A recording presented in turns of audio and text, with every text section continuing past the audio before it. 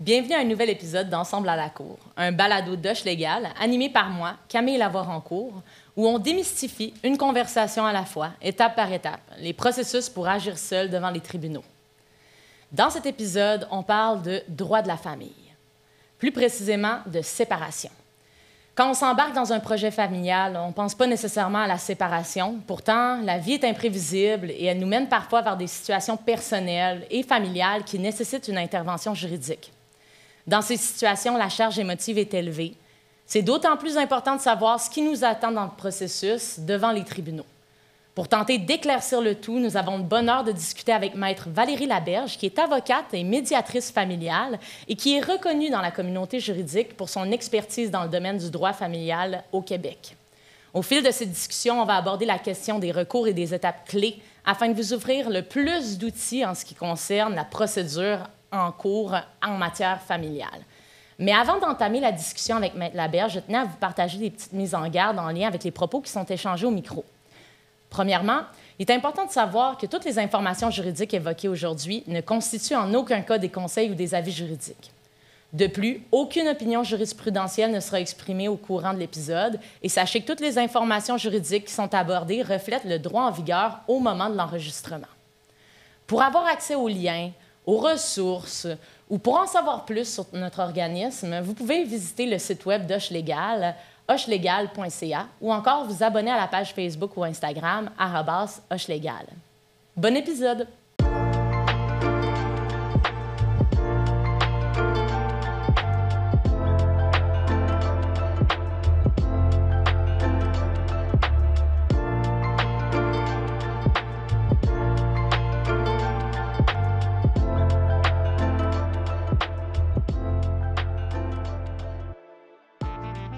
Merci Valérie d'être avec nous, d'avoir accepté l'invitation. Avant toute chose, avant qu'on se lance dans le processus en matière familiale, est-ce que tu pourrais nous parler un peu de ton expertise en droit de la famille? Oui, absolument. Bien, moi, en fait, je fais du droit de la famille depuis mon admission au barreau. Donc, j'ai été admise au barreau en 2009. Ça fait maintenant 15 ans cette année que je suis avocate en droit de la famille. Alors, j'ai une pratique là, où je représente vraiment toutes sortes de clients. Ça va du client, de la personne qui parfois est prestataire de la sécurité du revenu jusqu'au multimillionnaire. Là. Donc, j'ai vraiment une clientèle qui est large, qui est dans toutes sortes de gammes. Et je fais aussi beaucoup de médiation familiale. Donc, il y a une grosse partie de ma pratique qui est concentrée là-dedans, donc à aider les gens là, à trouver des solutions à l'amiable. Puis, dans cette pratique-là, au fil de tes années d'expertise en droit de la famille, est-ce que tu as eu à fréquenter ou à prendre connaissance d'une population qui serait grandissante et qui agit seule en matière familiale? Absolument. C'est vraiment une tendance depuis... Moi, depuis que je pratique, on le voit vraiment de plus en plus. D'ailleurs, j'étais au palais de justice ce matin et j'ai pu constater qu'il y avait à peu près... Il y avait vraiment une forte proportion, en fait, des dossiers qui étaient là, où il y avait des gens qui se représentaient seuls ou qui disaient consulter des avocats à l'occasion, mais continuer de se représenter seuls devant la cour. Quand on parle de famille, on a toute une idée, on a toute une image en tête, mais le droit de la famille, c'est super large. Est-ce que tu peux nous parler un peu de ce que ça touche, le droit de la famille? Oui, en fait, le droit de la famille, au sens où on l'entend devant les tribunaux, c'est vraiment à partir du moment où on a des parents. Donc, soit des conjoints qui ne sont pas mariés, qui sont parents d'enfants. Donc là, à ce moment-là, il y a toute une gamme de recours qui est liée au droit de la famille, qu'on pense à qui va avoir la garde de l'enfant, la pension alimentaire, qui va exercer l'autorité parentale. Des fois, on est en conflit aussi par rapport à quelle école on va envoyer l'enfant, des décisions importantes pour sa santé, pour son éducation. Donc, ça aussi, ça fait partie du droit de la famille. Donc, en gros, tout ce qui touche l'enfant dans ses rapports avec ses parents fait partie du droit de la famille. Et également, pour ceux qui n'ont pas d'enfants ensemble, le droit de la famille va couvrir les gens qui sont mariés et donc qui vont divorcer ou souhaiter mettre fin à ça. Donc, même si eux n'ont pas d'enfants, bien, on appelle ça du droit de la famille parce que c'est une forme de famille aussi. Voilà. Par contre, quand les gens sont non mariés, mais qui sont, par exemple, copropriétaires d'un immeuble, mais qui n'ont pas d'enfants, mais eux vont exercer un recours qui ne sera pas du domaine du droit de la famille, qui va vraiment être un recours civil. Puis justement, c'est là un peu où j'aimerais que le balado se situe, c'est lors de la séparation. La réponse à toutes ces questions-là, la garde, la pension, mais au stade de la séparation, quand on veut qu'un tribunal tranche ces questions-là pour nous, qu'est-ce qui, d'une certaine manière, initie ce processus-là? Qu'est-ce qui justifie, par exemple, une demande? Quelle serait la différence, si on veut, entre une demande en divorce, en séparation, puis la demande pour les conjoints de fait? Est-ce qu'on peut faire une distinction entre les époux mariés et les époux non mariés? Bien, en fait, c'est sûr qu'il y a des distinctions à faire au niveau procédural. Premièrement, ce qu'il faut savoir, c'est que les conjoints qui sont mariés, eux, vont vouloir généralement mettre fin. Tu sais, quand ils sont rendus séparés, là, ils vont généralement vouloir mettre fin à ce mariage-là. Alors, ils n'auront pas le choix que d'aller à la cour pour aller chercher un jugement de divorce. Le divorce, il faut absolument que ça soit prononcé par un juge de la Cour supérieure. Alors, quand on s'entend, on va pouvoir faire une demande conjointement entre époux à la cour pour que le tribunal prononce notre divorce. Mais quand on ne s'entend pas, il va falloir entreprendre une procédure en divorce pour pouvoir obtenir ce divorce-là. Alors que pour les conjoints de fait, bien, s'ils s'entendent, eux ne sont absolument pas obligés de judiciariser quoi que ce soit. Alors, eux vont vraiment s'adresser aux tribunaux uniquement quand il y a une situation de conflit ou un différend. C'est cette distinction-là un peu entre les règles procédurales, donc les règles et les étapes qui mènent devant le tribunal, qui va expliquer pourquoi, dans cet épisode du balado, on a décidé de diviser l'épisode en 2 sections. Une section pour les conjoints qui sont mariés et une section pour les conjoints qui ne sont pas mariés ou les conjoints de fait. Évidemment, il y a des sujets qui peuvent revenir, des questions qu'on veut que le tribunal tranche qui peuvent revenir, dont la garde des enfants. Qu'est-ce que c'est ou qu'est-ce qu'on entend par la garde de l'enfant? La garde de l'enfant, en fait, ben, c'est vraiment... En fait, ce qu'on va chercher à faire là, quand on va se séparer, c'est établir un horaire de temps parental pour un enfant. Et là, parfois, les parents vont diverger d'opinion. Est-ce qu'on devrait mettre en place un temps parental ou une garde qui est partagée? Donc, l'enfant qui va passer à peu près la moitié du temps avec chacun de ses parents. Est-ce que l'enfant va rester toujours avec le même parent, mais voir l'autre, par exemple, la fin de semaine? Ou bon, on doit aménager ce calendrier-là. Alors, quand il est question de la garde des enfants, finalement, c'est vraiment tout ce qui a trait au temps de vie de l'enfant. Où est-ce que l'enfant va passer son temps à partir du moment où les parents ne sont plus ensemble? Puis il y a des coûts qui sont associés à ça, puis une répartition des coûts. On pense des fois à la pension alimentaire pour enfants, qui est aussi un sujet qui revient dans les demandes en divorce ou les demandes en séparation. C'est quoi ça, la pension alimentaire pour enfants? Bien, en fait, c'est que c'est un incontournable. Il n'y a pas un tribunal qui va rendre un jugement sur la garde, le temps parental, sans se prononcer également sur la pension alimentaire pour enfants. Pourquoi? Parce qu'on considère que l'enfant a un droit à ce que ses 2 parents subviennent à ses besoins selon leurs moyens financiers respectifs. Et c'est un droit de l'enfant. Donc, à partir du moment où il y a un enfant en jeu, où le tribunal doit statuer sur son temps parental, il va s'assurer que les 2 parents contribuent financièrement en proportion de leur revenu, finalement, et de leurs moyens financiers aux besoins de cet enfant-là. Et ça va se traduire généralement par une pension alimentaire pour enfants. On est chanceux au Québec parce que ce sont des règles extrêmement simples qui régissent la pension alimentaire pour enfants. C'est un formulaire de calcul. On peut se renseigner facilement là-dessus, faire des simulations sur le site de Revenu Québec notamment et en arriver facilement à un règlement à cet égard-là parce qu'à partir du moment où on connaît les revenus puis on connaît le nombre de journées de garde que l'enfant va passer avec chacun des parents, le montant de pension alimentaire il est presque automatiquement calculé. Donc, ça simplifie énormément le débat là-dessus. Mais ce n'est pas possible de s'en sortir. À partir du moment où on va vouloir avoir un jugement sur le temps parental, nécessairement, il va y avoir quelque chose au niveau alimentaire. Puis des fois, sur ces questions-là, il y a des conflits. Puis quand on pense conflits, on pense souvent tribunaux. Par contre, il y a d'autres moyens de régler les conflits. Il y a d'autres modes alternatifs de résolution de conflits. En matière familiale, il y a même une séance d'information qui porte sur la parentalité et la médiation. Est-ce que tu pourrais nous en parler un peu plus? Oui, absolument. Bien, en fait, si vous êtes des gens qui sont en processus de séparation, là, peuvent tout à fait s'inscrire au niveau du palais de justice. Et le palais de justice va donner une séance de 2 heures gratuite où les gens peuvent s'inscrire en visioconférence. C'est donné par un avocat et un travailleur social ou un psychologue. Et là, on va parler à la fois de coparentalité après la rupture. Donc, on va donner des trucs aux parents sur comment comment être des parents, en fait, efficacement dans la nouvelle formule de famille dans laquelle ils se retrouvent. Puis les gens ne sont pas obligés d'y aller ensemble, évidemment. Là. Ils peuvent y aller de façon séparée s'ils ne sont pas à l'aise d'assister à ça ensemble. Donc, il y a vraiment tout un premier volet qui porte sur sensibiliser les parents puis leur donner des outils pour leur parentalité après la rupture. Puis il y a un autre volet qui porte sur la médiation familiale, qui est un programme gratuit au Québec, donc subventionné par le gouvernement du Québec. Les gens qui se séparent, qu'ils soient mariés ou conjoints de fait, vont bénéficier de 5 heures de médiation familiale gratuite auprès d'un médiateur accrédité pour pouvoir aller discuter, négocier ensemble là, des termes de leur séparation. Pour les conjoints mariés qui n'ont pas d'enfants, mais maintenant, ils ont 3 heures de médiation familiale gratuite. Donc, les gens peuvent avoir toutes ces informations-là sur comment se préparer, etc., lors de cette séance d'information-là. Et il y a maintenant aussi les centres de justice de proximité qui offrent des services de pré-médiation. Donc, ils peuvent vraiment outiller les gens avant une médiation familiale là, pour qu'ils arrivent là, bien préparés. C'est vraiment une option qui nous permet de voir qu'il y a des alternatives aussi au tribunal pour s'entendre parce que nécessairement, s'il y a un enfant d'impliqué, on ne devient pas plus parent. On va toujours être lié par cet enfant-là, puis par le meilleur intérêt de cet enfant-là.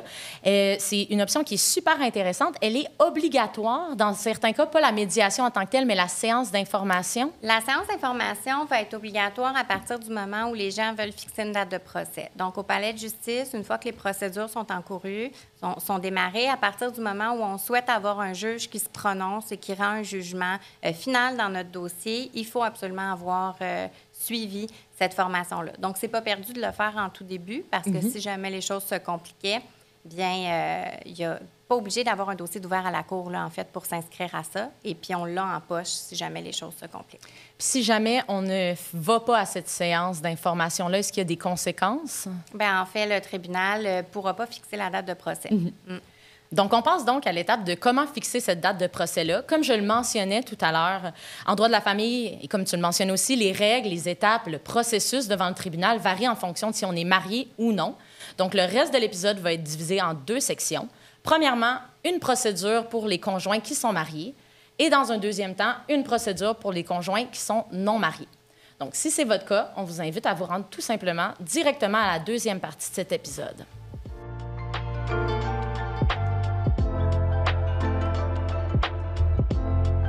Donc, on débute maintenant le processus de séparation pour des conjoints qui sont mariés.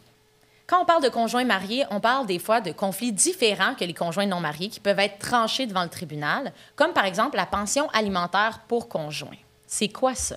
Oui, absolument. Donc, la pension alimentaire pour époux, en fait, oui. C'est un recours pour pouvoir subvenir aux besoins d'une personne qui n'aurait pas les mêmes moyens financiers que pendant le mariage. Donc, l'exemple classique, c'est vraiment quelqu'un qui serait resté à la maison pour s'occuper des enfants pendant que l'autre conjoint faisait croître sa carrière. Donc là, on se retrouve dans une situation de rupture où j'ai un conjoint qui gagne très peu ou pas de revenus parce qu'il ne travaille pas et s'est occupé des enfants.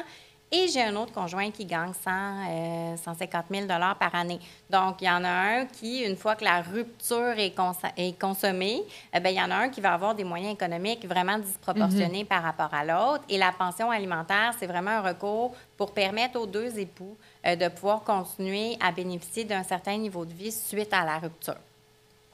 Alors, contrairement à ce qu'on parlait tout à l'heure, la pension alimentaire pour enfants, ce qui était un incontournable, celle-ci, cette demande-là, ce n'est pas un incontournable, ce n'est pas assuré qu'il y a une pension alimentaire pour époux. Oui, bien, c'est un incontournable dans le sens où c'est un droit fondamental extrêmement important. Je vous dirais, surtout pour les gens qui...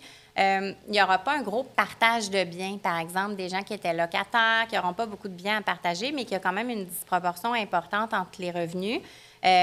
Si quelqu'un est titulaire, par exemple, de l'aide sociale, de la sécurité du revenu, on va forcer cette personne-là à l'aide sociale à prendre un recours alimentaire avant d'aller chercher son aide financière. Donc, c'est un recours fondamental d'ordre public extrêmement important dans notre droit.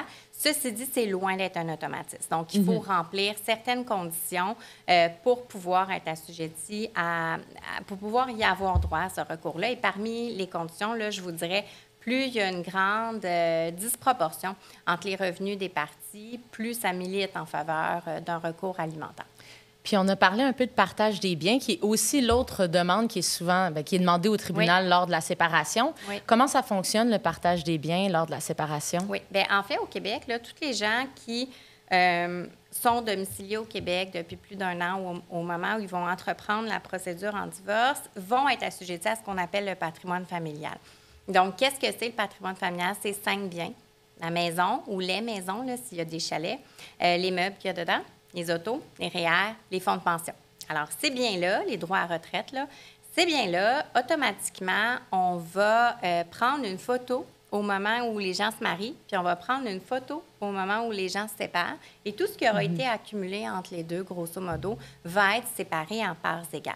Alors ça, on ne peut pas se soustraire à ça par contrat, disons, avant de se séparer. C'est obligatoire. C'est obligatoire et on peut, par contre, renoncer une fois qu'on s'est séparé. Donc, au moment du divorce, on peut dire, bien finalement, je ne le veux pas, ton fonds de pension. Mais encore là, il faut savoir combien il y a dedans, puis il faut être vraiment certain qu'on sait à quoi on renonce. Et les tribunaux, ça, vont le vérifier très sérieusement. Donc, ils n'accepteront pas des renonciations qui ne sont pas documentées par des valeurs, par des données, et dans des cas où ils ne sont pas certains que la personne sait à quoi elle renonce. Donc, c'est vraiment quelque chose que les tribunaux vont regarder avec énormément de vigilance, le partage du patrimoine familial, qui sert aussi à rééquilibrer une certaine forme d'égalité économique là, entre les époux post-rupture.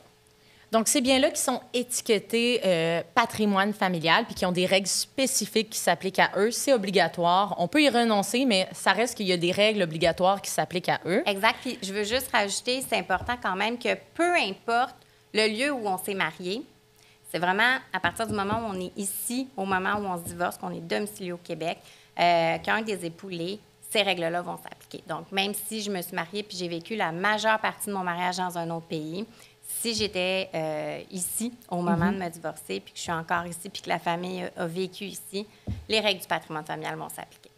Puis pour tous les autres biens, tous ceux qui ne sont pas étiquetés, tous ceux qui ne font pas partie des 5 catégories d'objets, qu'est-ce qui se passe? Bien là, on va aller voir à ce moment-là quel a été ce qu'on appelle le régime matrimonial des époux. Donc, il faut aller voir au moment où ils se sont mariés, d'abord, où est-ce qu'ils avaient leur domicile commun, là, leur premier domicile commun, mais disons dans un cas classique où c'était au Québec.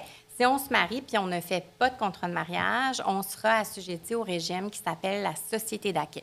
Alors, la société d'acquêt, grosso modo, ça ressemble un peu au patrimoine familial. C'est qu'on va dire, bien, on va prendre une photo quand tu te maries, puis une photo quand tu te sépares, puis ce qui aura été accumulé entre les deux va être susceptible d'être partagé, bien que les règles de calcul sont un peu différentes, mais c'est un peu ça l'idée générale. Par contre, si j'ai conclu un contrat de mariage, donc généralement au Québec, les gens qui vont conclure un contrat de mariage, ça va être souvent pour s'exclure de ce régime-là. Ils vont choisir un régime qui s'appelle la séparation de biens. Et là, à ce moment-là, à moins qu'il y ait prévu autre chose dans le contrat de mariage, tout ce qu'ils vont avoir à séparer va être vraiment au niveau du patrimoine familial. Donc, au moment de la séparation, tous les objets qui appartiennent à moi ou à l'autre personne avec qui j'étais unie ou en union vont être étiquetés par des règles spécifiques. Donc, puis ils vont être soit dans le patrimoine familial ou soit dans le régime matrimonial. Exact. Puis c'est important de se renseigner sur ces règles-là pour essayer de déterminer, bon, quel bien va où, pour un peu avoir une idée de ce qui va se passer un peu devant le tribunal, puis ça va ressembler à quoi, la division des biens. Puis c'est pas juste la division des biens, j'ajouterais la précision un peu technique que c'est la division des valeurs. Parce qu'en fait, ça veut pas nécessairement dire si la maison était pas à moi, ça veut pas dire, tu sais, la maison, elle va se diviser un peu mal en deux. Là. On va pas la couper. Donc, exact. Fait que ce qu'on va venir diviser, c'est vraiment des valeurs. Fait que, voilà. Fait il va y avoir des valeurs qu'on va venir séparer pour que les deux époux sortent de là avec un patrimoine assez équivalent. Puis là, ensuite, quand c'est en société d'acquêt, on va aller partager leur société d'acquêt selon des règles propres à la société d'acquêt. Puis s'ils sont en séparation de biens, bien, ça veut dire que, c'est plus facile à régler parce que ces biens-là demeurent à chacun des époux. Puis à moins qu'on aille en médiation, c'est le tribunal qui va trancher ces questions-là. Puis pour débuter le processus, pour se rendre à un moment donné devant le tribunal, puis pouvoir lui expliquer pourquoi on pense que tel bien devrait être divisé de telle manière, par exemple dans le régime matrimonial, comment est-ce qu'on commence les procédures judiciaires en matière familiale? Oui.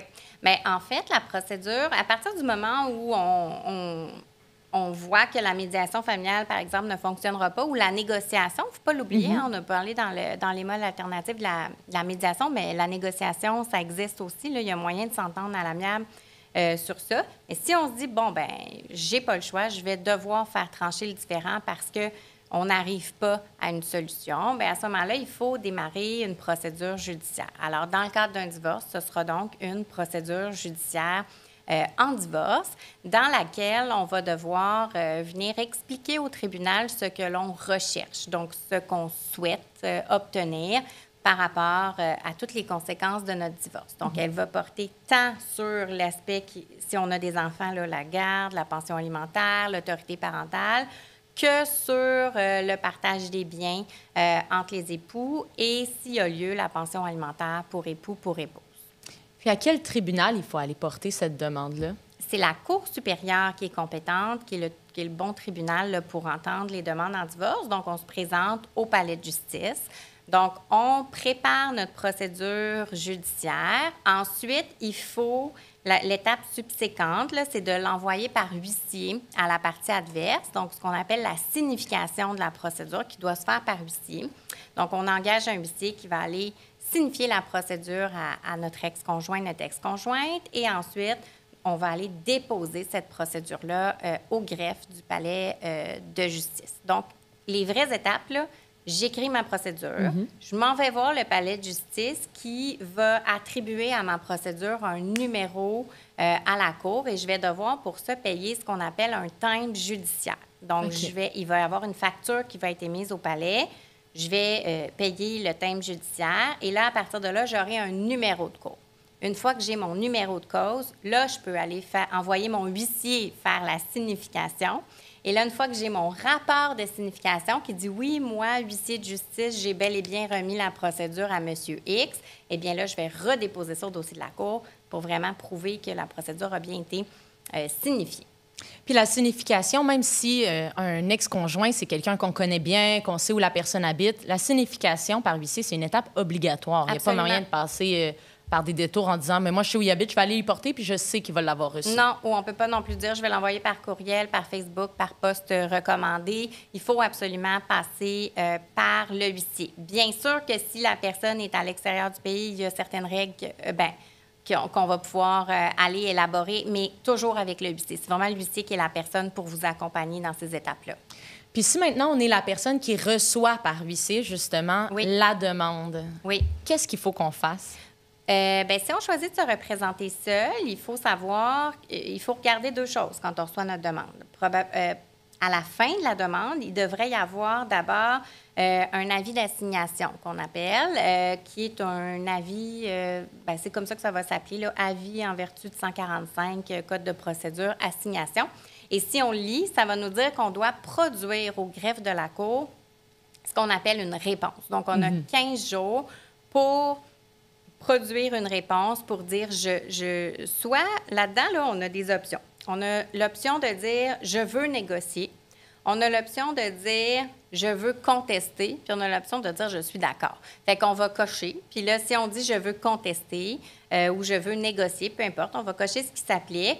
Puis on va donc aviser aussi la Cour de notre intention de nous représenter seul.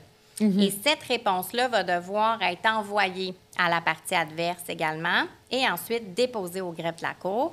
Et il y aura des frais aussi pour cette procédure-là.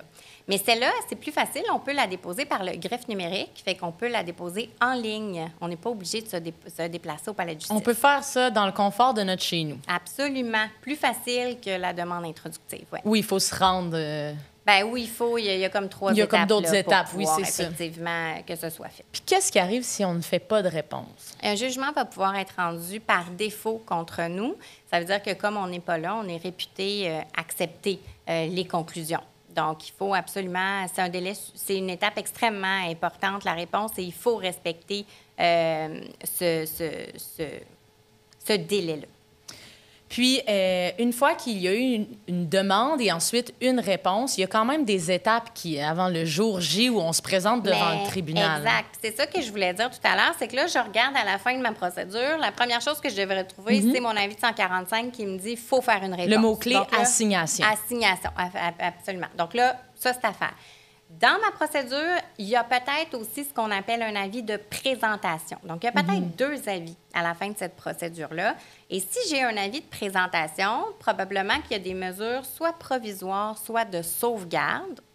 On y revient. Mais ça, s'il y a des mesures provisoires ou de sauvegarde, je vais donc obligatoirement retrouver un avis de présentation. Et ça va me dire, présentez-vous au palais de justice, telle date à telle heure. Et encore là, je dois y aller parce que sinon, il y a un jugement qui va être rendu en mon absence. Par défaut contre moi. Absolument. OK. Puis les mesures de sauvegarde, on a mentionné ça, mesures de sauvegarde, mesures provisoires. On va prendre un temps pour en parler. Oui. Les mesures de sauvegarde, qu'est-ce que c'est? En fait, c'est que dans le divorce, il y a 3 types de mesures. Il y a la mesure de sauvegarde, il y a la mesure provisoire et il y a la mesure accessoire. OK? Donc, on a 3 stades différents. Là, il faut comprendre, quand le moment où moi, je signifie une procédure à mon ex-conjoint et le moment où j'ai un juge qui va m'entendre sur mon divorce, qui va donc prononcer mon divorce, partager les fonds de pension, etc., on calcule, en moyenne, là, c'est un bon 2 ans. Okay? Donc, évidemment, quand les deux, on ne laisse pas les parties... on n'attendra pas 2 ans avant d'avoir un jugement sur la garde des enfants, qui est un sujet plus urgent. Donc, on a des mesures de sauvegarde et des mesures provisoires qui sont là pour pouvoir gérer, en fait, cette période de temps entre le moment où je prends mon action, ma demande en divorce, et le moment où j'ai mon jugement sur les mesures accessoires. Donc, le premier stade, c'est le stade des mesures de sauvegarde. Donc, qui dit mesure de sauvegarde dit urgence. J'ai vraiment besoin d'avoir une urgence pour pouvoir m'adresser au tribunal sur une question de sauvegarde. Les urgences classiques, là, dans un divorce, bien, il va y avoir souvent la garde des enfants. Donc, qu'est-ce qu'on va faire avec les enfants? Il peut y avoir, bien sûr, la pension alimentaire, soit pour les enfants, soit aussi pour époux. Tu sais, si vraiment je suis à 0 revenu, je n'ai pas le choix d'aller me chercher une aide financière de mon ex-conjoint, ou si j'ai que des faibles revenus puis que je n'arrive pas à assumer mes dépenses courantes, mais que l'autre conjoint a les moyens de payer, bien, à ce moment-là, je vais pouvoir faire cette demande. Et il y a également toute la question qui va rester dans la maison, qui va sortir, qui aura donc l'usage de la résidence familiale et des meubles. Donc, ce sont là, les demandes de sauvegarde les plus courantes, je dirais. Et ça, on peut être entendu par le tribunal aussitôt que 10 jours après la signification de la procédure. Donc, c'est extrêmement rapide. La particularité de ça, c'est que la preuve se fait par déclaration sous serment, donc par écrit. C'est pas là où vous allez témoigner aux mesures de sauvegarde. C'est là où vous allez donc devoir avoir mis par écrit votre version des faits de façon très succincte et le tribunal va devoir prendre une décision pour préserver un peu les intérêts de tout le monde au stade de la sauvegarde. Donc, ce sont des auditions qui sont très courtes. Je vous dirais, ça dure à peu près entre 30 et 90 minutes selon la complexité et où le juge va rendre une décision temporaire, en sachant un peu que ça ne sera pas une décision parfaite puisqu'il n'entend même pas les parties. Là. Il décide sur du papier. Donc, il faut vraiment que ce soit urgent et que ce soit important pour qu'on puisse s'adresser au tribunal dans ces circonstances-là. Donc, mesure de sauvegarde, on peut penser un peu sauver les meubles. Absolument. C'est urgence. Sauvegarde, sauver. C'est le pain puis le beurre. C'est vraiment la base. T'sais, il faut s'assurer que la base est remplie, mais c'est pas là où on va aller dire « Ah, je pense qu'il ne déclare pas tous ses revenus, j'aimerais attribuer un revenu supplémentaire. » C'est pas là qu'on va aller partager le fonds de pension non plus. Fait que c'est vraiment des mesures d'urgence pour préserver quelque chose, puis ce qui est souvent lié à l'intérêt des enfants ou aux besoins minimaux des parties. Puis si jamais une mesure de sauvegarde est rendue, ça veut pas, c'est pas un indice de comment va trancher le juge à la fin. En fait, c'est qu'il n'est pas lié par ça, bien sûr. Donc, le jugement sur mesure de sauvegarde, c'est un jugement qui est temporaire, qui va toujours pouvoir être défait. Vous savez, on pourrait même retourner des mois plus tard pour aller chercher une autre ordonnance de sauvegarde s'il y a une nouvelle urgence qui survient. Parce que justement, ça ne dure pas longtemps. Effectivement. Une ordonnance de sauvegarde, normalement, ça dure à peu près, si je ne me trompe pas, maximum 6 mois. Ça peut être prolongé si le tribunal est d'accord. Donc, on retient que c'est vraiment urgent. C'est pas idéal parce qu'on procède par écrit puis on ne témoigne pas. Donc, c'est très difficile pour les juges d'apprécier la crédibilité des parties. Puis les juges sont surchargés ces journées-là. Ils vont devoir entendre une vingtaine de dossiers. Donc, il faut que ça roule, il faut que ça aille vite. Puis on n'a pas le temps c'est très frustrant, des mesures de sauvegarde, parce qu'on n'a pas le temps d'expliquer souvent ce qu'on voudrait expliquer, parce que c'est pas le moment. Alors, il faut vraiment se contraindre aux sujets qui sont les plus urgents. Puis il faut se rappeler qu'on aura l'opportunité d'expliquer ce qu'on veut expliquer, c'est juste pas maintenant. C'est juste pas le moment, absolument. Donc, le deuxième stade, disons, ce sont les mesures provisoires. Alors, les mesures provisoires, ça me prend encore ici une notion d'urgence, OK? C'est de dire, bien là, je suis pas prête encore à divorcer, là, on n'a pas fini toutes nos étapes, mais il faut quand même être entendu sur certains sujets urgents. Par exemple, je pense que la maison devrait être vendue. Comme ça, après, on va savoir quoi faire, comment partager notre argent. Par exemple, là, la garde des enfants, j'aimerais qu'un juge puisse vraiment nous entendre chacun, puis qu'on témoigne, puis qu'on explique nos points, puis qu'on fasse venir des témoins pour qu'un juge prenne une vraie bonne décision éclairée là, par rapport à la garde des enfants, par rapport à une pension alimentaire, etc. Donc, ça prend encore cette notion. Ce sont les mêmes sujets, en fait, qui sont susceptibles d'être tranchés au niveau du provisoire, mais on va avoir vraiment un juge là, qui va nous réserver son temps, une journée, 2 journées, 3 journées, dépendamment de tout ce qu'il y a à gérer dans notre dossier. Et là où on va pouvoir être vraiment entendu sur ça. Mais encore là, les mesures de sauvegarde peuvent être modifiées à la fin. Donc, vraiment, il n'y a pas un jugement ni sauvegarde, ni provisoire là, qui va vraiment être obligatoirement figé dans le temps. Tout ça peut toujours être modifié finalement, et même rétroactivement. Donc, sauvegarde, c'est vraiment pour l'urgence. Oui. Et c'est pour les mêmes demandes, mais qu'il n'y aurait pas d'urgence, il y aurait provisoire. Puis ça, c'est temporaire pendant la durée du processus devant le tribunal. Absolument. C'est pour régler des questions qui vont avoir à être tranchées au final, à la fin, devant le tribunal quand même. Mais parfois, les choses, l'eau a coulé sous les ponts, puis on va dire, quand on va être rendu au dernier stade, bon, finalement, pour ces sujets-là qui ont été tranchés au provisoire, on est correct avec ce qui avait été fait. D'autres fois, on va dire, on voudrait modifier, on n'est toujours pas d'accord avec ce qui avait été fait auparavant. Puis contrairement à sauvegarde qui dure maximum 6 mois, provisoire, cette décision-là, c'est pour ça qu'on a entendu, elle va durer plus longtemps. Effectivement. Ça va généralement durer là, jusqu'à temps qu'il puisse y avoir un procès sur la fin, là, sur le divorce. Puis parlons un peu préparation du dossier. Comment ça se passe avant qu'on se rende devant le tribunal pour justement être entendu? On parle souvent de protocole de l'instance qui est un peu comme l'agenda ou le calendrier du tribunal. Qu'est-ce que c'est le protocole de l'instance? Exact. Bon, donc, le protocole de l'instance, là, c'est là pour gérer finalement le moment. C'est là pour gérer l'instance. Donc, qu'est-ce que c'est l'instance? C'est le moment entre lequel je signifie ma demande, ce qu'on parlait tout à l'heure, au début, et le moment auquel j'en arrive à un jugement. Donc, entre les deux, là, j'ai ce qu'on appelle l'instance. Le protocole de l'instance, c'est donc une espèce de calendrier, d'échéancier, d'agenda dans lequel je vais devoir m'entendre avec l'autre personne pour dire, bien, voici toutes les étapes qu'on a à faire ensemble pour compléter notre dossier puis être prêt à procéder pour aller chercher notre jugement final. Et voici dans quel délai est-ce qu'on va remplir ces étapes-là. Donc, qu'est-ce qu'il peut y avoir comme étape là-dedans? Par exemple, c'est de dire, bien, moi, j'aimerais avoir un interrogatoire hors cours. Dans le dossier, j'aimerais interroger monsieur pour lui poser certaines questions. Je vais le prévoir là-dedans. Si je veux faire une expertise, je ne connais pas la valeur de la maison, j'aimerais faire expertiser ça par un évaluateur agréé, je vais le prévoir là-dedans. Même chose, je voudrais avoir une expertise sur les capacités parentales des parties, puis avoir des meilleures orientations sur la garde des enfants. Je vais prévoir ça dans mon protocole de l'instance. Donc, chacune des étapes de la procédure pour que je puisse vraiment monter mon dossier puis ramasser ma preuve va être prévue dans mon protocole de l'instance. La loi prévoit que je vais avoir un délai là, de 90 jours en matière familiale pour produire ce document-là conjointement avec mon ex pour que le tribunal ensuite puisse dire « Oui, je suis d'accord, c'est raisonnable ce que vous prévoyez comme échéance. » Et j'ai 1 an maximum pour compléter toutes ces étapes-là.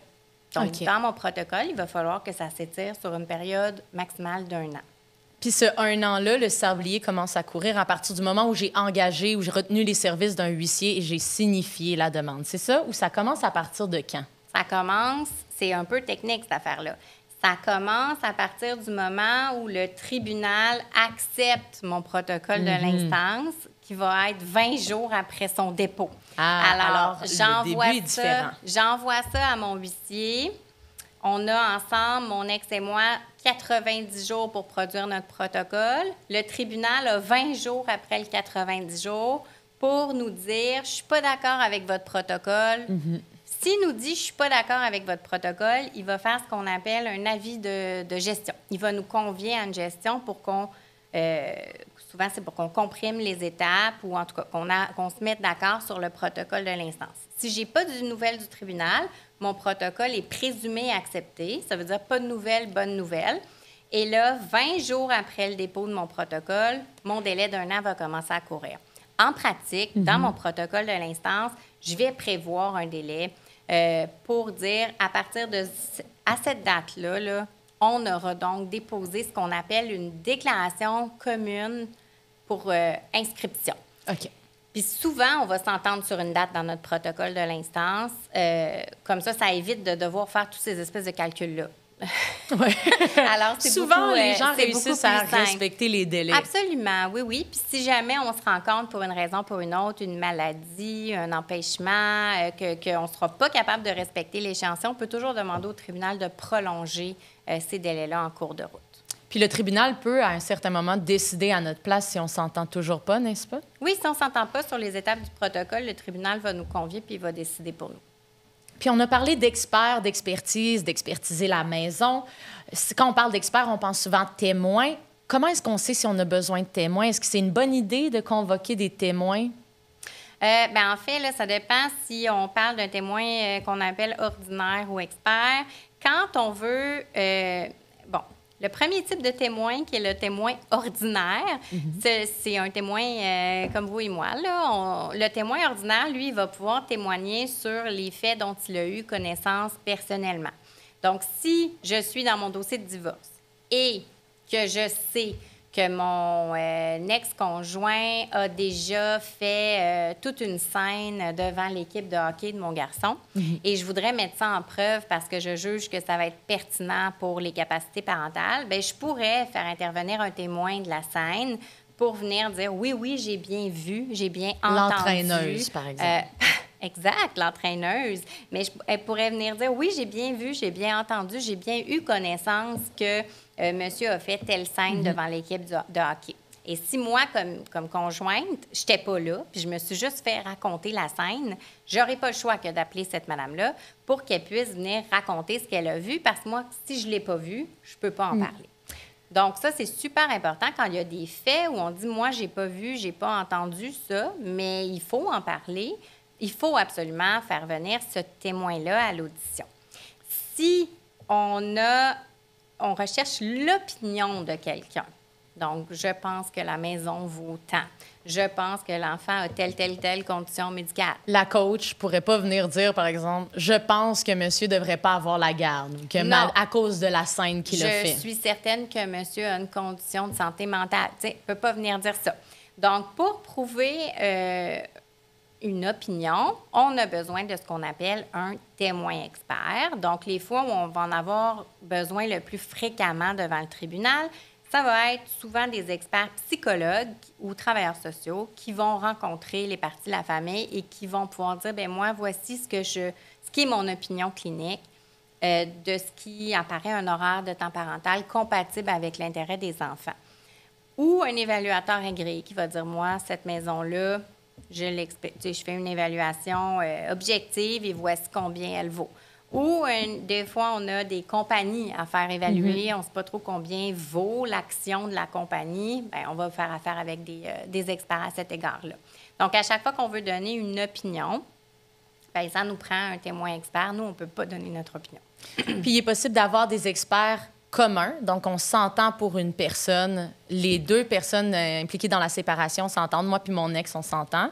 Mais je peux aussi avoir mon propre expert, puis mon ex a son expert. Oui, mais bien sûr que l'expertise commune est vraiment favorisée. Vraiment favorisée. Même, je pense qu'il faut expliquer pourquoi on ne retient pas une expertise commune quand on ne le fait pas. C'est vraiment préférable d'avoir le même expert parce que, ça limite énormément les coûts, ça limite aussi la durée de l'audition. Puis, mettons, dans un dossier où on va expertiser surtout les dynamiques familiales, une fois, c'est assez, je pense, là, pour la famille. C'est déjà tout un processus pour les enfants et tout ça, là, qui n'ont rien demandé. Hein. Donc, des fois, en faire 2, c'est lourd pour rien. Là. Justement, parlant des enfants, est-ce que c'est souhaitable de faire témoigner les enfants dans un processus comme ça? Bien, tout dépend. C'est sûr qu'on essaie de l'éviter le plus possible. Il y a moyen aussi de leur faire nommer ce qu'on appelle un avocat à l'enfant. Donc, au lieu de venir témoigner à la cour, l'enfant va rencontrer un avocat dans son bureau pour venir se confier puis exprimer ce que lui ou elle souhaite en lien, par exemple, avec le temps parental, ce qui va faire en sorte que l'avocat ou l'avocate va pouvoir le rapporter aux parents en disant « j'ai rencontré l'enfant, puis voici ce qu'il verbalise » pour éviter le plus possible qu'il ait à témoigner devant le tribunal. Par contre, des fois, ça arrive qu'on va juger que c'est préférable que l'enfant vienne témoigner ou que l'enfant souhaite venir témoigner, auquel cas, il y a des mesures particulières qui sont prises en salle d'audience pour ça. Mais c'est certain que les enfants, plus ils sont en dehors du litige, plus ils sont en dehors du conflit, règle générale, mieux c'est pour eux, là. Oui, parce que c'est demandant pour tout le monde, un processus comme ça. Une fois qu'on a établi, par exemple, que les témoins qu'on veut entendre, que ce soit les enfants ou que ce soit la coach de hockey, comment on fait pour les convoquer, là, évidemment, excluant les enfants, là? Oui. Bien, en fait, oui, les enfants, on ne va pas les convoquer. Donc, voilà. Fait à partir du moment où j'ai complété toutes les étapes de mon protocole de l'instance, ce qui va se passer, c'est que je vais être appelée par la Cour pour fixer une date d'audition sur mes mesures accessoires. Alors là, la Cour, une fois que j'ai dit, OK, j'ai tout complété les étapes de mon protocole, on a fait une demande commune où on a dénoncé ça serait qui nos témoins, ça serait quoi nos éléments de preuve. Là, on attend. À un moment donné, la Cour nous dit, venez-vous-en, on va trouver votre date de procès. Et là, on va à la Cour pour trouver notre date, identifier quelle sera notre date de procès. Alors là, la Cour va nous inviter puis va dire, OK, bien, vous allez pouvoir revenir dans 10, 11, 12 mois et ce sera là votre date de procès. Alors, j'ai ma nouvelle date de procès. Qu'est-ce que je fais pendant ces 10, 11, 12 mois? J'attends. Je fais rien. C'est le statu quo, puis j'attends mon chiffre. Exactement. Mais là, il va falloir que je me réveille un peu avant le début. Donc, il faut retenir là, que 15 jours avant la date de mon audition, je vais devoir déposer au greffe tous mes éléments de preuve. OK? Donc, je vais les avoir communiqués à l'autre personne. Je vais toutes les avoir envoyés à la partie adverse, mais je ne les aurai pas nécessairement déposés dans le dossier de la Cour parce que ça embourberait vraiment trop le greffe en bas. Donc, on va embourber le greffe avec nos pièces vraiment quand on est rendu proche de l'audition. Alors, le code nous dit 15 jours avant, j'envoie mes pièces, mes éléments de preuve écrits au dossier de la Cour. Et 10 jours avant l'audition, je dois aussi envoyer ce qu'on appelle des citations à comparaître que je vais devoir envoyer par huissier pour avoir mes témoins. Donc, que ce soit des témoins classiques là, à qui on va envoyer des citations comparaîtres, c'est souvent l'employeur de l'autre personne pour connaître ses revenus. Ça peut être aussi l'entraîneur de hockey, par exemple, donc l'expert. Alors, les gens dont on veut vraiment s'assurer la présence, on doit faire ça 10 jours avant l'audition, leur envoyer des citations comparaître par huissier. Donc, 15 jours avant, 10 jours avant, c'est des dates qu'il faut mettre au calendrier. Absolument. Quand même. Mais ça vaut la peine aussi de commencer à préparer, si on veut être à temps pour ces délais-là, commencer à préparer son dossier un peu avant, et même quelques mois avant. Puis comment est-ce qu'on fait pour préparer son dossier en matière familiale? Mais en fait, quand on est rendu à l'étape où on a une date de procès puis qu'on est passé par toutes ces étapes-là, notre dossier est pas mal prêt. Alors là, ce que ça va exiger, donc, un peu avant, bien, ça va être de réviser tout ce qu'il y a dans le dossier et de se préparer à raconter notre version des faits au tribunal et à expliquer, à être prêt à pointer au juge dans les documents qui ont été produits, ce avec quoi on est d'accord, ce avec quoi on est en désaccord. Donc, il y a une grosse partie là, qui va être de préparer le témoignage, donc raconter notre version des faits en s'appuyant là, sur les éléments de preuve qui auront été transmis. Et il va falloir aussi étudier ce qui a été transmis par la partie adverse et voir s'il y a des choses avec lesquelles on est d'accord. Parce qu'il y a des choses avec lesquelles on est d'accord, on peut dire au juge, vous savez, il y a des choses que j'admets. Donc ça raccourcit la durée de l'audition. Par exemple, j'admets que la maison vaut tant, j'admets telle chose. Ça vient réduire la preuve. Mais s'il n'y a pas des choses qu'on n'admet pas, bien là, il faut aller voir dans la preuve, puis ensuite préparer ce qu'on appelle préparer les questions qu'on va poser aux témoins de l'autre partie pour pouvoir établir les faits. Puis toute cette preuve-là, on l'a déposée, 15 jours avant la date, le jour J. Est-ce que ça veut dire qu'on n'est pas obligé de l'emmener avec nous le jour de l'audience ou est-ce qu'on devrait en avoir une copie avec nous en main? Ça va nous en prendre une copie pour pouvoir s'y référer. Hein? Donc, les documents, là, normalement, ils vont toujours être en 3 copies. C'est-à-dire, moi, je vais les avoir envoyés à la partie adverse, puis elle va pouvoir les imprimer puis les arranger à sa guise.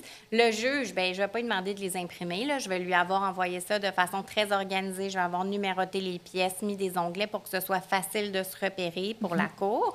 Et moi aussi, il va falloir que je puisse me repérer efficacement dans mes documents pour pouvoir référer le juge. Parce qu'il se perd un nombre de minutes épouvantables en cours juste à chercher des pages de documents. Donc, plus je suis organisée, puis je peux dire au juge, c'est à mon onglet 12 page 4, bien, plus on sauve du temps, puis on maximise les chances de finir le procès dans les délais. Le post-it est un bon investissement en préparation. Oui, mais encore là, des fois, noyer le poisson, ça aide pas. Fait que, si c'est un arc-en-ciel de couleur, on n'est pas mieux. Des fois, trop de post-it, ça a l'effet contraire. Mais retenez, là, l'important, c'est que tout le monde puisse se référer très efficacement à la documentation dans le feu de l'action. Puis, dans d'autres épisodes de ce balado-là, on a conseillé aux gens de peut-être, s'ils ont la possibilité, d'aller voir une audience avant pour se familiariser avec les lieux. En famille, il y a une règle du huis clos qui rend ça un peu plus difficile. Est-ce que vous pourriez nous en parler? Oui, absolument. En famille, la règle du huis clos, ça fait en sorte qu'on n'est pas admis à aller voir les audiences des autres personnes. Puis c'est correct, hein? Quand c'est notre tour, on est bien content qu'il n'y ait pas des curieux dans la salle qui viennent observer ça. Donc, ça fait en sorte qu'effectivement, c'est pas possible d'aller assister à une cause familiale avant. Ceci dit, c'est très similaire à ce qui se passe en civil. Donc, il n'y a rien qui vous empêche d'aller voir dans une autre salle un procès en vice caché. Ça fait drôle à dire, mais ça se déroule sensiblement de la même façon. Donc, ça peut donner une bien bonne idée, là. Puis ça reste les mêmes salles. Absolument. Donc, même, ça va ressembler, les mêmes mobiliers. Les mêmes juges, même.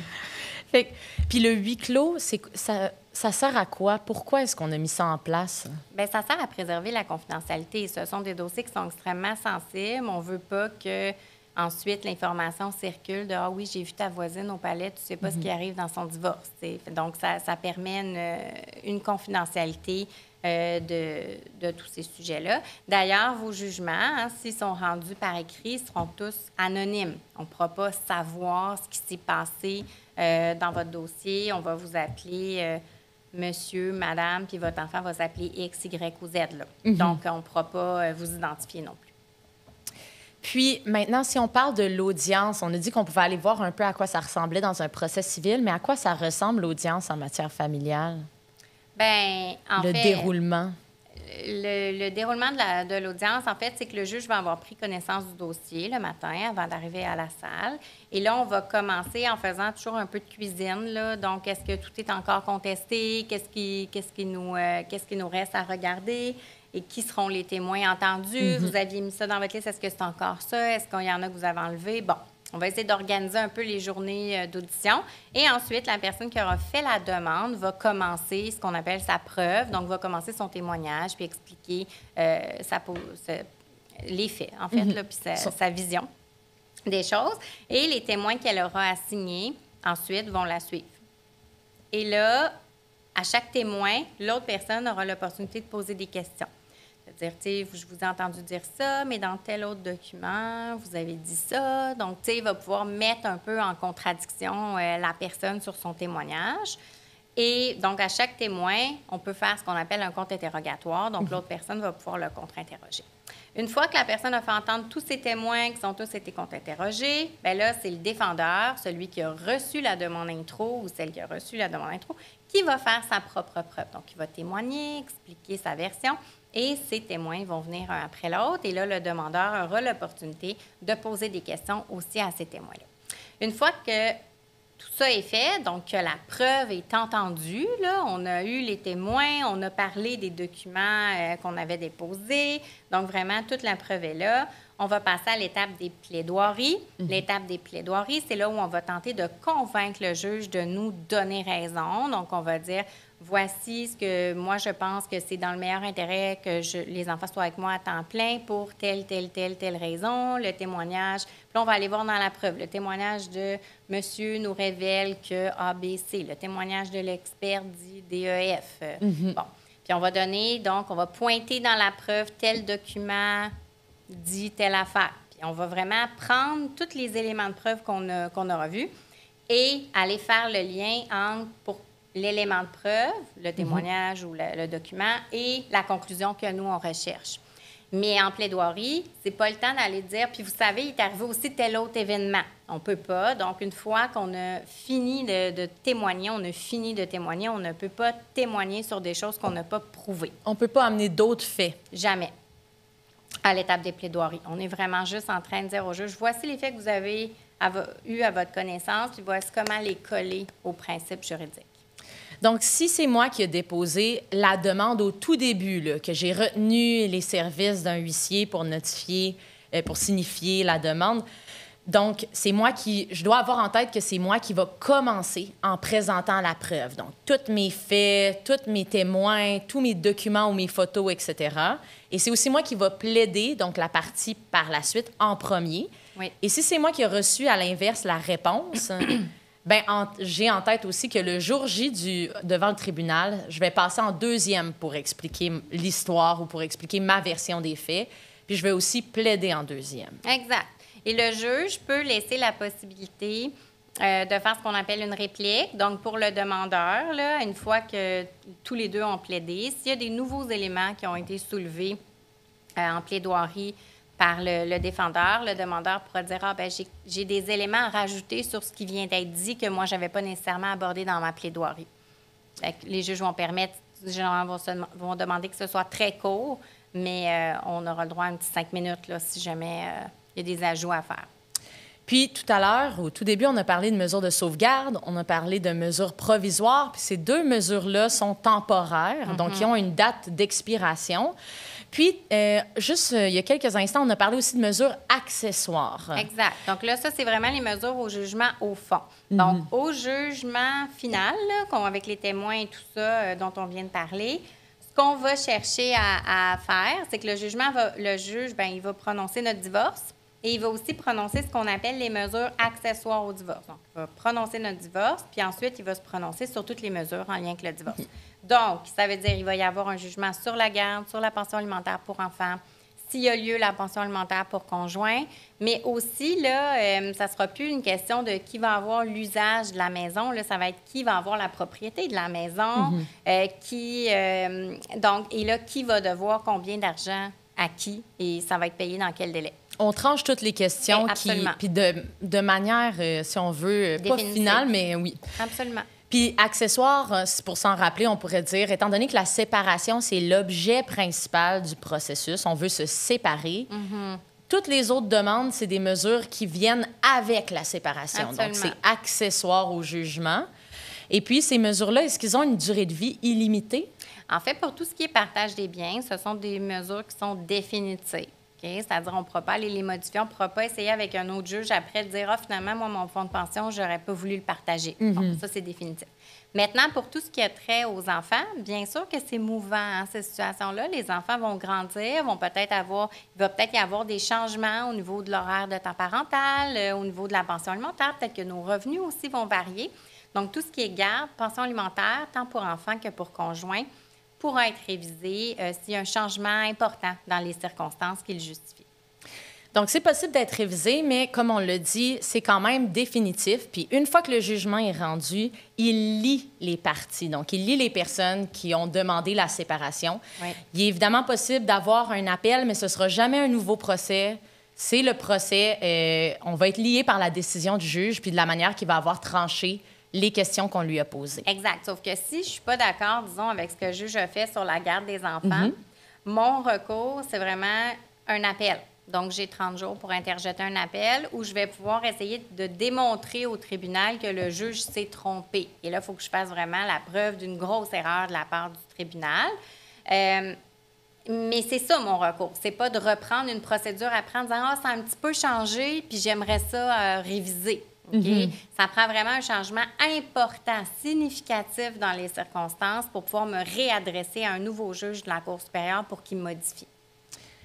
Bien, on serait maintenant rendu à tout le processus qui s'applique aux conjoints de fait, donc aux conjoints qui ne sont pas mariés. Oui.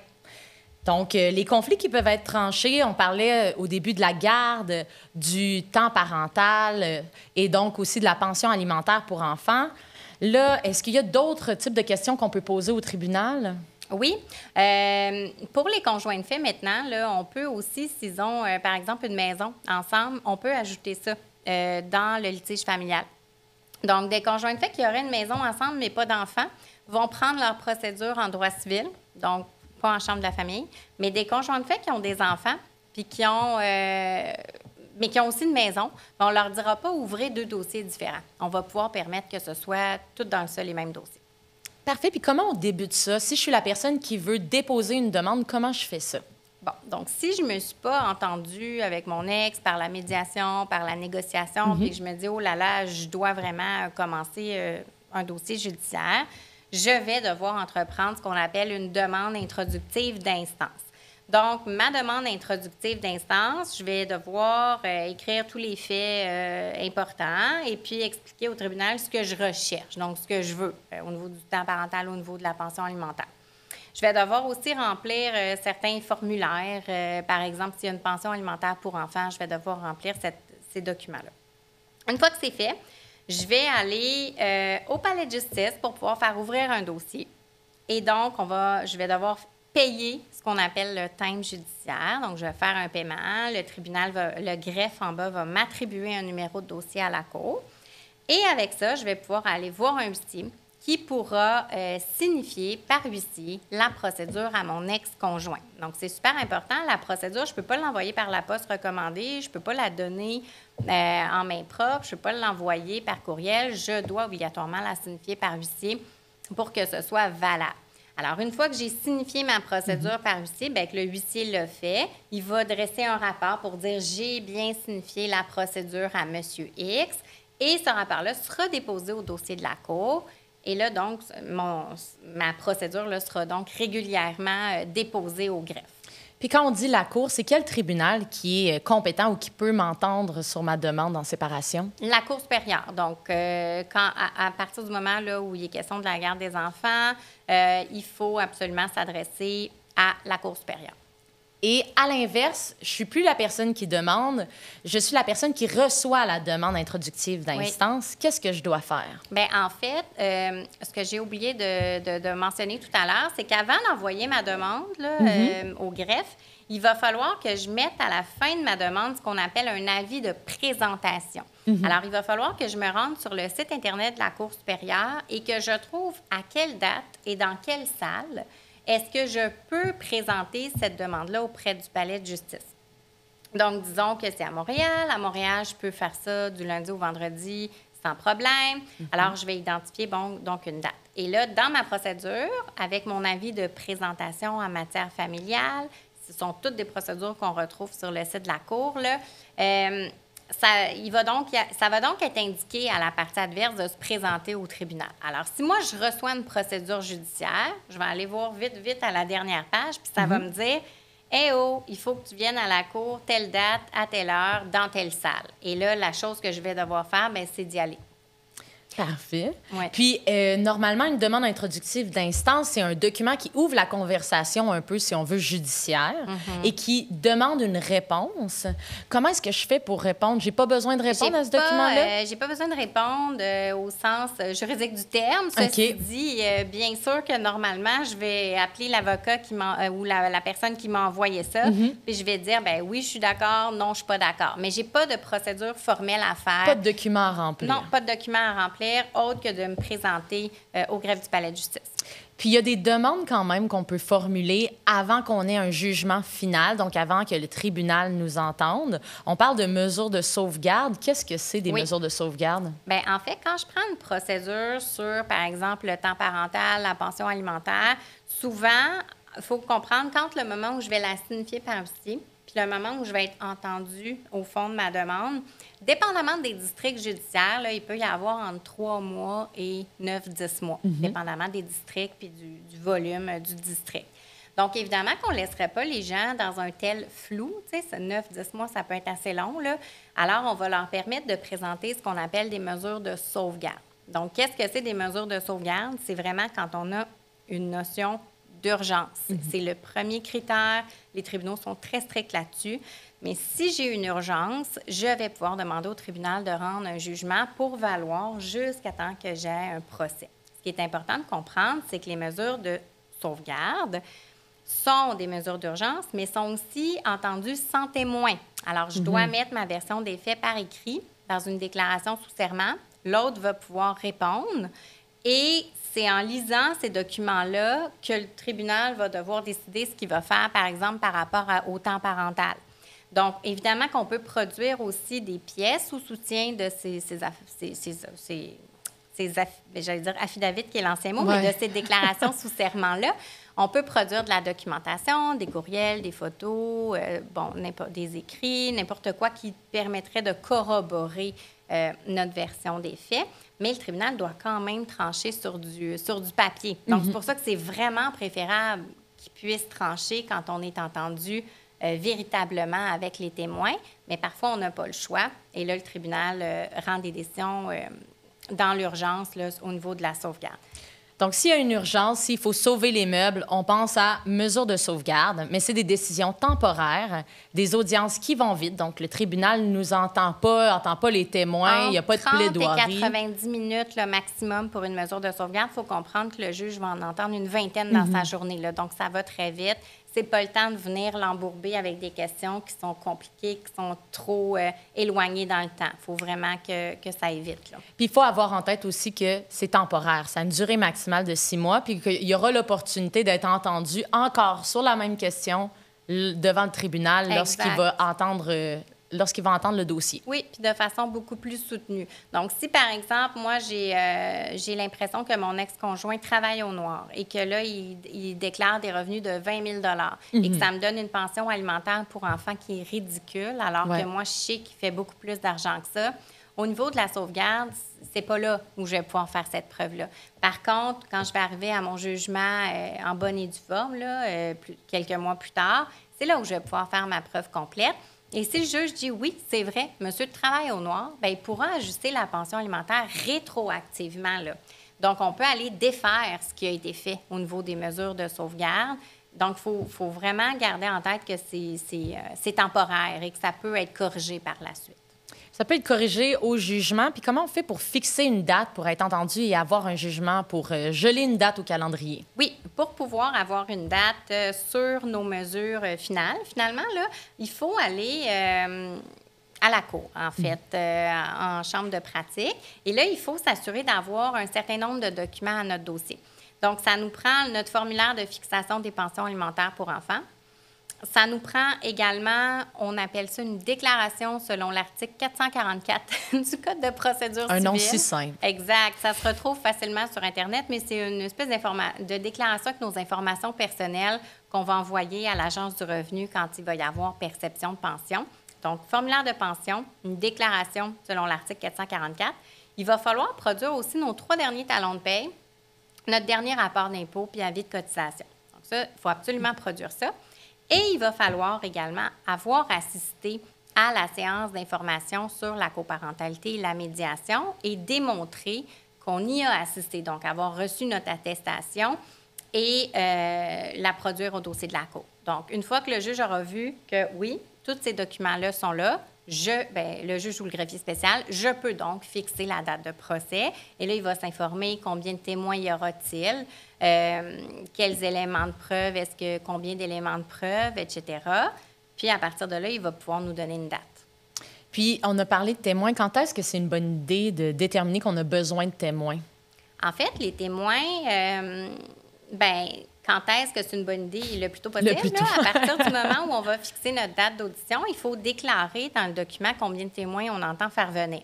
Alors là, on a une réflexion à faire à ce moment-là, à savoir qui on fait témoigner. C'est sûr qu'en matière familiale, il faut penser là, vraiment n'importe qui va pouvoir parler de faits dont nous, on n'a pas eu personnellement connaissance. Parce que moi, je ne peux parler que de ce que j'ai vu, entendu, touché, senti. Si c'est quelqu'un d'autre que moi qui a vu, qui a perçu, qui peut rapporter ça, je ne pourrais pas dire la professeure de l'enfant m'a dit que. Si je veux ça, il faut que j'assigne la professeure de l'enfant pour qu'elle vienne s'exprimer. Le collègue de mon ex m'a dit qu'il travaillait au noir puis qu'il faisait des heures sans le déclarer. Bien là, j'ai besoin du collègue de l'ex si je pense qu'il va vraiment venir dire ça à la cour. OK? Donc, c'est vraiment là où je veux identifier qui seront mes témoins. Ça se peut aussi que j'ai besoin de témoins experts, comme par exemple, si je pense qu'il faudrait faire une expertise sur les capacités parentales d'un des deux parents ou des deux parents pour savoir mais avec qui l'enfant serait mieux pour vivre, bien là, il va falloir d'abord que je le demande à la cour qu'il l'ordonne. Là, on ne l'a pas automatiquement ou qu'au minimal, ou que l'autre parent aussi soit d'accord. Mais si on a ça dans le dossier, bien évidemment qu'on va le mettre probablement dans notre liste de témoins qui vient expliquer. Si j'ai une maison à faire évaluer, là, j'ai besoin d'un expert qui va donner son opinion, donc un expert qui va être habilité à dire combien vaut la maison. Bien, je vais devoir aussi faire venir cet expert-là. Il faut savoir aussi que les rapports d'expertise, là, les experts, ceux qui vont pouvoir avoir le droit de donner leur opinion, parce que pas tous les témoins qui peuvent donner leur opinion, juste les témoins experts. Je ne veux pas dire à la cour, moi, je pense que mon ex est un pervers narcissique. Non, j'ai besoin d'un témoin qui l'a expertisé pour venir dire que c'est un pervers narcissique. C'est bon? Donc, mon opinion, je n'aurai pas le droit de la donner. Alors, ces experts-là, qui sont des témoins d'opinion, vont devoir obligatoirement avoir produit un rapport écrit. Je ne peux pas arriver avec un témoin expert surprise au procès. Je dois absolument avoir produit un écrit à l'avance. Puis, justement, tous ces écrits-là vont aller au greffe dans le dossier, à la cour. Absolument. Le jour de l'audience, on devrait avoir une copie quand même en main de tout notre dossier. Oui. Ce serait important d'avoir une copie des preuves pour pouvoir s'y référer quand on va le présenter au tribunal. Absolument. On doit produire, dans le fond, toutes nos preuves écrites vont devoir être déposées au greffe 15 jours avant la date de notre procès. OK? Donc, disons, aujourd'hui, je m'en vais fixer la date de mon procès. Le juge voit combien on a de témoins. Il dit, OK, je vous donne 2 jours. Fixe ma date au mois de décembre. Donc, j'arrive au mois de décembre. Bien là, 15 jours avant ma date de procès, il faut que je me mette un rappel à mon agenda. Je devrais déposer au dossier de la cour tous mes éléments de preuve, donc toutes les pièces. Bien sûr que je vais devoir les avoir donnés à l'autre partie bien avant. Je dois absolument avoir donné ça au moment où j'ai fixé ma date de procès. Normalement, tous mes éléments de preuve devraient être complets. Bien sûr que s'il est survenu des faits nouveaux, j'ai changé d'emploi, j'ai un nouveau salaire, bon, ça va, là, on pourra bien sûr amener de la nouvelle preuve, mais sinon, les éléments, en principe, devraient déjà avoir été transmis. Et donc, 15 jours avant, c'est là où je vais les déposer au greffe de la cour. Fait que premier rappel à l'agenda, là, 15 jours avant, je dois absolument déposer mes pièces au greffe de la cour. Si j'ai des témoins, la façon dont je peux m'assurer qu'ils soient vraiment présents à la cour, c'est en leur envoyant ce qu'on appelle une citation à comparaître. Donc, avec cette citation à comparaître-là, je vais pouvoir m'assurer là, qu'ils vont être présents au tribunal. Et ça doit être fait 10 jours avant et ça doit être signifié par huissier. Donc, dans le même genre de rappel, là, il faut savoir que, tu sais, 15 jours avant, là, c'est un bon moment aussi pour se trouver un huissier et s'assurer que les citations à comparaître vont pouvoir être transmises. Donc, le dossier est monté, on a déposé la preuve. La preuve, on la dépose 15 jours avant parce que les tribunaux fonctionnent encore papier, puis ça fait beaucoup de papier si tout le monde les dépose des années d'avance. On a aussi notre preuve en main, on se rend à la cour. Supposons que pour se calmer les nerfs, on aurait aimé ça, voir une audience en matière familiale d'avance. C'est ce qu'on conseille des fois à cet épisode, dans d'autres épisodes de ce balado. Est-ce que c'est possible en matière familiale d'aller voir une audience? Non, c'est pas possible d'aller voir une audience en familiale parce que ça se déroule en huis clos. Donc, ce que ça veut dire, c'est qu'il n'y a pas d'autres parties qui vont pouvoir assister à ça parce que ça va rester secret, confidentiel. De cette façon-là, Ça patinera pas au bureau de « tu sais quoi, j'ai vu ta collègue, puis voici tout ce qui se passe dans son divorce puis avec ses enfants ». Donc, ça reste extrêmement fermé et confidentiel à ce niveau-là. Par contre, vous pouvez très bien aller voir une audition en chambre civile, donc un vice caché ou n'importe quoi. Responsabilité civile. Exact, une chute sur le trottoir. Vous allez voir, ça va procéder pas mal de la même façon, en fait, dans le même ordre. C'est-à-dire que c'est toujours la personne qui a envoyé la procédure en premier qui va présenter ce qu'on appelle sa preuve en premier. C'est-à-dire que dans un premier temps, elle va témoigner, donc expliquer les éléments factuels qui soutiennent en fait sa prétention, donc donner sa version des faits. Puis ensuite, elle pourra faire venir tous ses témoins. Donc, bien sûr que pendant ce temps-là, on va souvent aussi référer aux documents papier qui auront été produits. Fait que c'est super important quand vous produisez des documents au greffe de la Cour que ce soit bien identifié pour que ce soit facile. Il se perd énormément de temps dans une salle de cour à chercher des pages puis des papiers. Alors, normalement, là, la partie adverse, je lui ai déjà envoyé mes pièces. Elle les a. Le juge, je les ai remis 15 jours avant. Puis moi, bien, je m'en garde une copie aussi pour pouvoir dire au juge, mon onglet 12, la page 4, allez voir telle facture. Bon, maintenant, je vais en discuter avec le témoin pour que ce soit facile de vous suivre. Parce que si on doit fouiller dans un ramassis de papier, on ne s'en sort pas, puis ça prend beaucoup trop de temps. Puis ça irrite énormément les tribunaux, les juges, à un moment donné. Mais c'est moins clair aussi. Bien, ça alourdit énormément, puis vous allez perdre le fil de vos pensées. Donc, il faut s'assurer que les documents sont bien structurés, bien organisés. Donc, on va présenter tous nos éléments de preuve, on va discuter de tous les papiers qu'on a déposés, on va donner nos versions des faits. La partie adverse pourra aussi poser des questions dans ce qu'on appelle le contre-interrogatoire. Donc, dire, bien là, madame, vous dites telle affaire, mais dans tel autre document, vous avez dit telle autre affaire, ça se contredit, comment expliquez-vous ça? Donc, on pourra aussi poser toutes ces questions. Une fois que ça, c'est terminé, l'autre, la partie qui avait reçu la procédure judiciaire, va pouvoir expliquer maintenant sa version des faits à elle et faire venir aussi ses témoins un après l'autre. Évidemment que l'autre personne, la personne en demande, là, qui avait initié la procédure, pourra aussi questionner les témoins. Faire un contre-interrogatoire. Faire le contre-interrogatoire pour avoir des précisions. Une fois que ça, c'est terminé, la preuve est terminée, la preuve est close, et là, on va arriver à l'étape des plaidoiries. Donc, l'étape des plaidoiries, c'est vraiment un moment où je vais faire une espèce de résumé de ce qui a été entendu à la Cour et expliquer au juge pourquoi je considère qu'il devrait faire droit à ma demande. Donc, par exemple, je pense que c'est dans l'intérêt de mes enfants d'être en garde partagée. Voici les éléments dans la preuve qui me permettent de dire ça. Donc, vous avez entendu la professeure, elle a dit telle chose. Vous avez entendu monsieur, il a dit telle chose.